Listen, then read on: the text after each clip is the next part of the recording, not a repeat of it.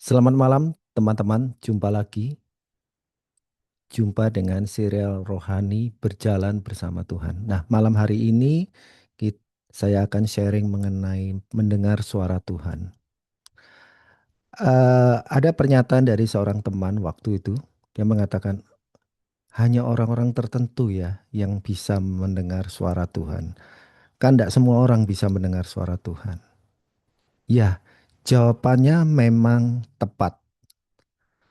Di perjanjian lama, di mana Tuhan itu berbicara lebih banyak kepada orang per orang, yaitu nabi-nabi. Nabi yang dipakai Tuhan untuk menyampaikan pesan. Di mana zaman itu Roh Kudus itu belum dicurahkan, ya. Jadi Roh Allah itu ada di luar manusia, dalam hal ini nabi. Tetapi di perjanjian baru, di mana Yesus itu sudah datang, ya pada saat Yesus naik ke sorga, dia mengatakan dia akan mencurahkan Roh Kudusnya kepada kita. Nah, Roh Kudus itu masuk dan tinggal diam di dalam tubuh manusia.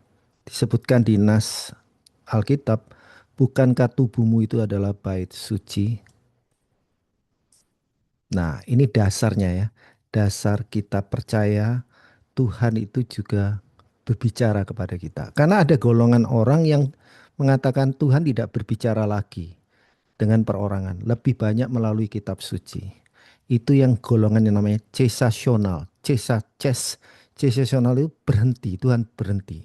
Memang Tuhan pernah tidak berbicara selama 400-500 tahun di zaman Maleaki sampai Yesus lahir di Bethlehem. Apakah benar Tuhan itu tidak berbicara lagi? Kita lihat apa yang disampaikan oleh Tuhan Yesus sendiri. Di Yohanes ya, domba-dombaku mendengarkan suaraku. Jadi kata-katanya jelas ya.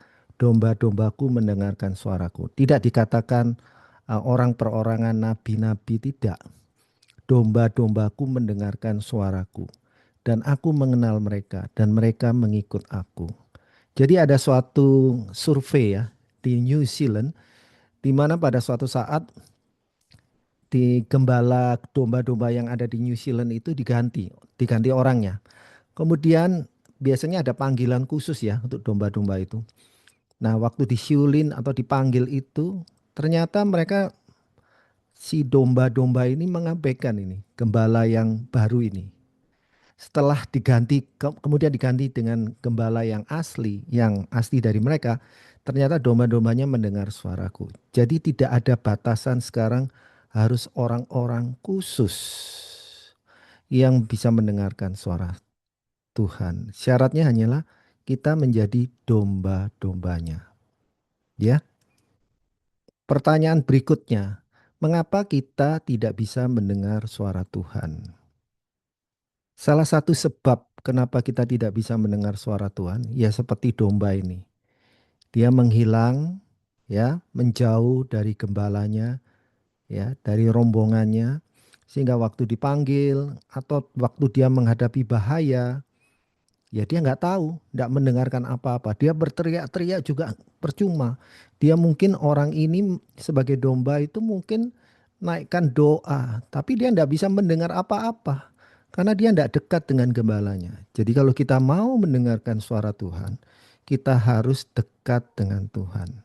Suatu saat waktu saya datang terlambat di Cengkareng, saya terlambat waktu saya check in. Ternyata petugas check innya sudah mengatakan, Pak, pesawatnya sudah boarding, sudah tutup, sebentar lagi mau take off. Wah, langsung down saya ya. Luar biasa susahnya. Karena itu waktu itu liburan panjang. Saya di Jakarta mau ke Surabaya. Sekitar hari Kamis itu. Karena Jumat libur. Saya lemes ya. Terus bagaimana Pak? Bu, oh Bapak daftar aja ke depan. Daftar ke pesawat lagi. Saya lari ke depan, di depan juga gitu. Oh Bapak ke dalam aja, ikut waiting list. Saya lari lagi ke dalam. Saya mengatakan saya ikut waiting list aja. Dan saya dapat waiting list itu ke 18. Itu pun saya sudah hopeless. Dalam keadaan kacau gitu saya coba menelpon istri saya yang ada di Surabaya. Juga nggak bisa. Padahal ada sinyalnya. Jadi dalam keadaan kalut itu saya mendengar suara, jadilah tenang. Ya, jadilah tenang gitu aja. Saya jadi diingatkan ayat firman Tuhan, jadilah tenang supaya kamu bisa berdoa. Akhirnya saya perintahkan kepada jiwa saya, hai jiwaku, tenang, tenang, tenang. Nah, setelah saya bisa menenangkan jiwaku, saya baru berdoa. Tuhan, apa yang harus saya lakukan? Tiba-tiba timbul dalam pikiran saya ganti aja Garuda ya, naik Garuda. Waktu itu saya sudah mendaftar sebagai penumpang untuk Lion Air.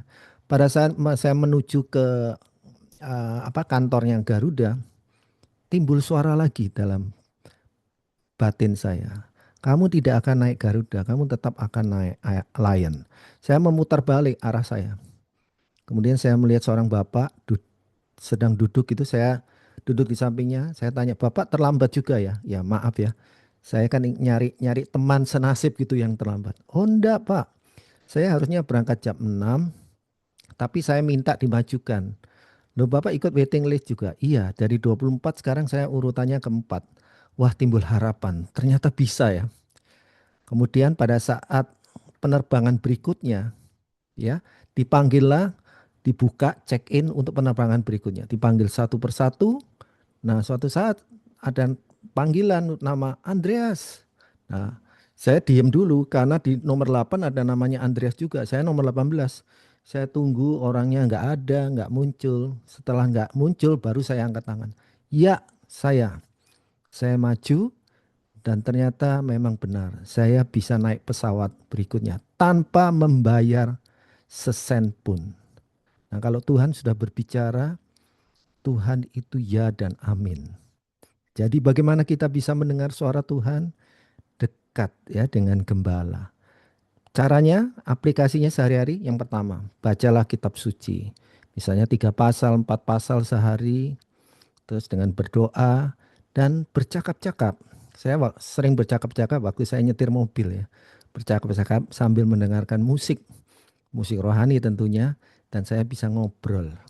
Ya, sewaktu-waktu, enggak harus di ruangan khusus atau di rumah ibadah. Enggak, setiap hari. Demikianlah ya, sharing yang bisa saya berikan pada teman-teman. Tuhan memberkati.